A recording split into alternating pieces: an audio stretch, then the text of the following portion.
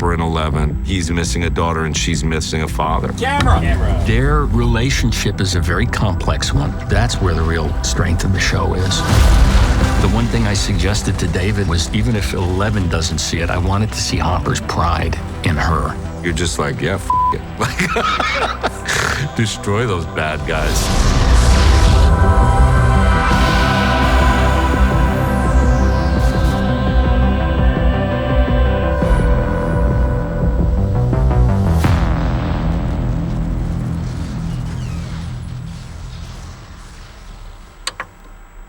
In this billboard battle scene in episode 3, we have Hopper and Eleven showing up at this very mysterious wall. We went through a lot of different looks on the wall. At its earliest conception, there was thought, like, should the wall have a look of like the gate, so like an orangey, emissive light, or should it just be really mucusy and liquid-like? We ended up on something that had sort of like this meaty, kind of bulbous texture. So it's sort of towing that line in between, is this thing a creature or is it actually something that's innate?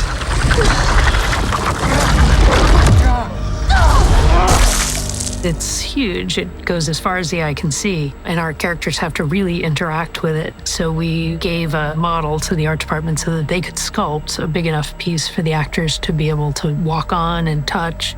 It was our first outing showing off a really big, beautifully finished piece of sculpture. That wall is like, what, 40 feet high? I mean, it was insane. On our side, we took over all of the pulsating life and the slime and the slithering vines. It just had to be disgusting, right? Something you didn't want to touch, let alone try and hack through.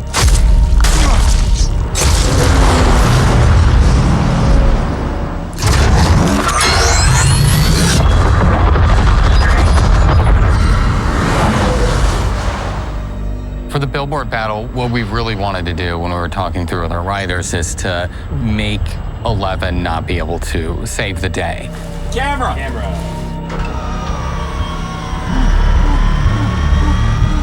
When Eleven is feeling the effects of the sonic weapon, we go into kind of this shaking camera mode.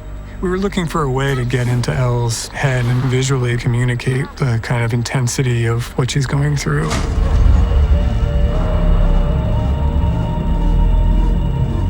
She can't just hold out her hands, and we really wanted it to look like this is a situation that they're not going to be able to get out of. You know, struggle number one was, how are they going to be able to hide? How are they going to be able to survive this at all when 11 is down for the count?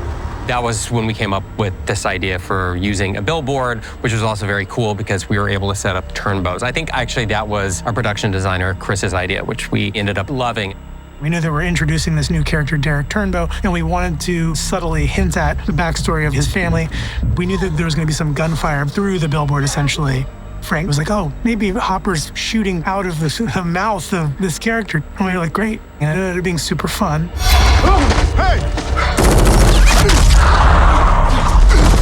It's a dark brown billboard in a dark environment, so if we didn't have a light coming through the billboard, you would barely see the holes. So we used the headlights from the Humvees, and then the addition of smoke also helps you see that ray of light. All in all, I think we were right around 2,000 hits. How do you make that many hits go off so they don't do anything to the actors? We played with a lot of different things, and we eventually ended up using bulletin board material. The billboard itself was made out of plywood. It just looked like the whole thing was being shredded. Camera!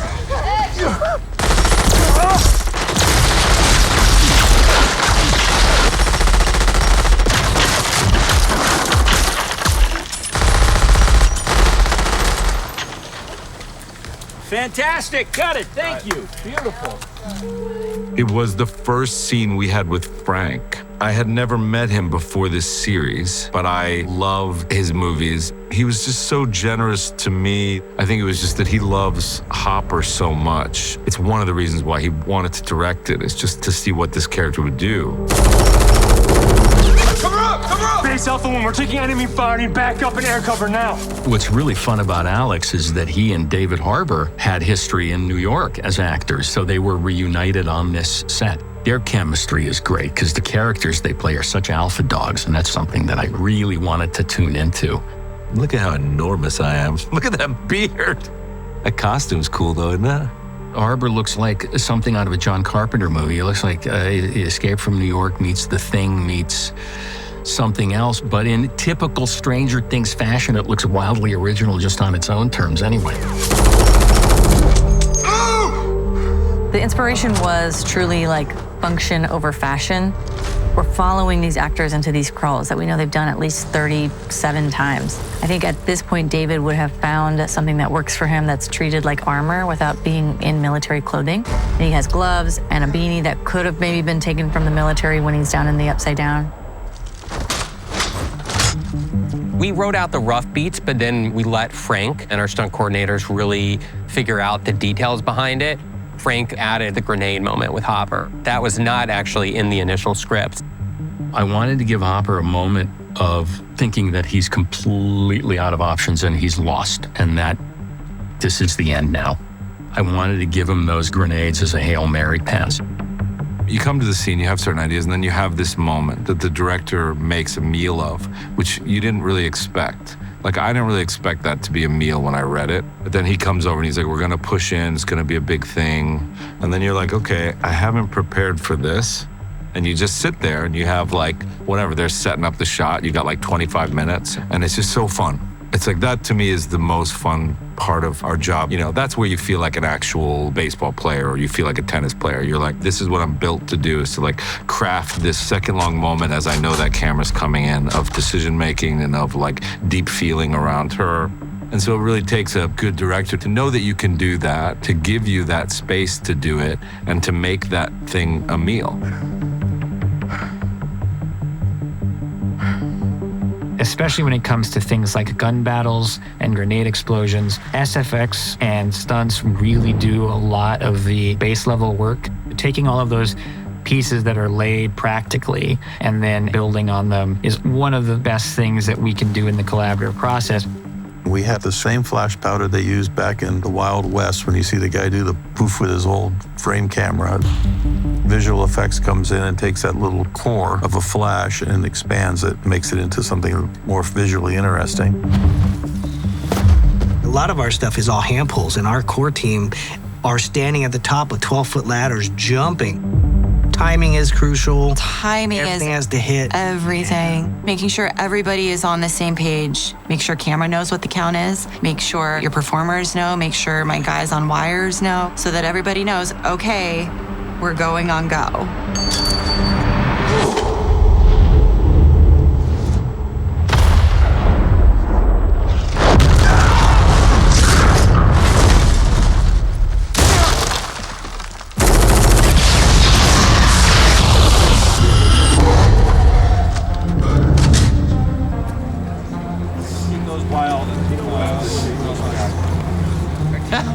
Yeah, we were discussing 11 gestures here, and I thought it was really sweet that Millie came to me and was asking me what I thought they should be. I said, hey, you've been doing this since you were 10 years old. You tell me.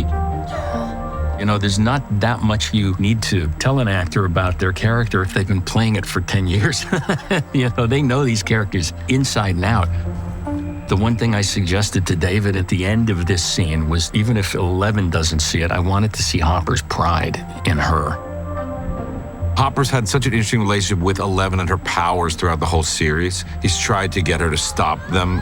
In season 2, it was all about, like, you can't have a little girl running around, like, crushing people's heads. So it's fun to have these moments where you're just like, yeah, it. Like, destroy those bad guys.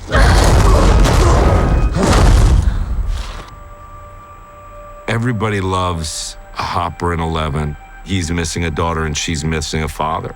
And I think it's been a dynamic that in the series has been so important and so vital ever since the first season when Hopper left Eggos in the box for her. We're very close, Millie and I. We've been through a lot together. We've been doing this show for 10 years. I can't even parse out what's me and what's Hopper's overprotectiveness around her. They start to blend in and meld together. Hopper and Eleven's relationship is a very complex one. And just finding those little levels of this, that, and the other in their scenes is such a pleasure. I want to get into Hopper's head and I want to get into Eleven's head, and I really want to experience hanging out with these characters and going through those emotional ups and downs with them. That's where the real strength of the show is.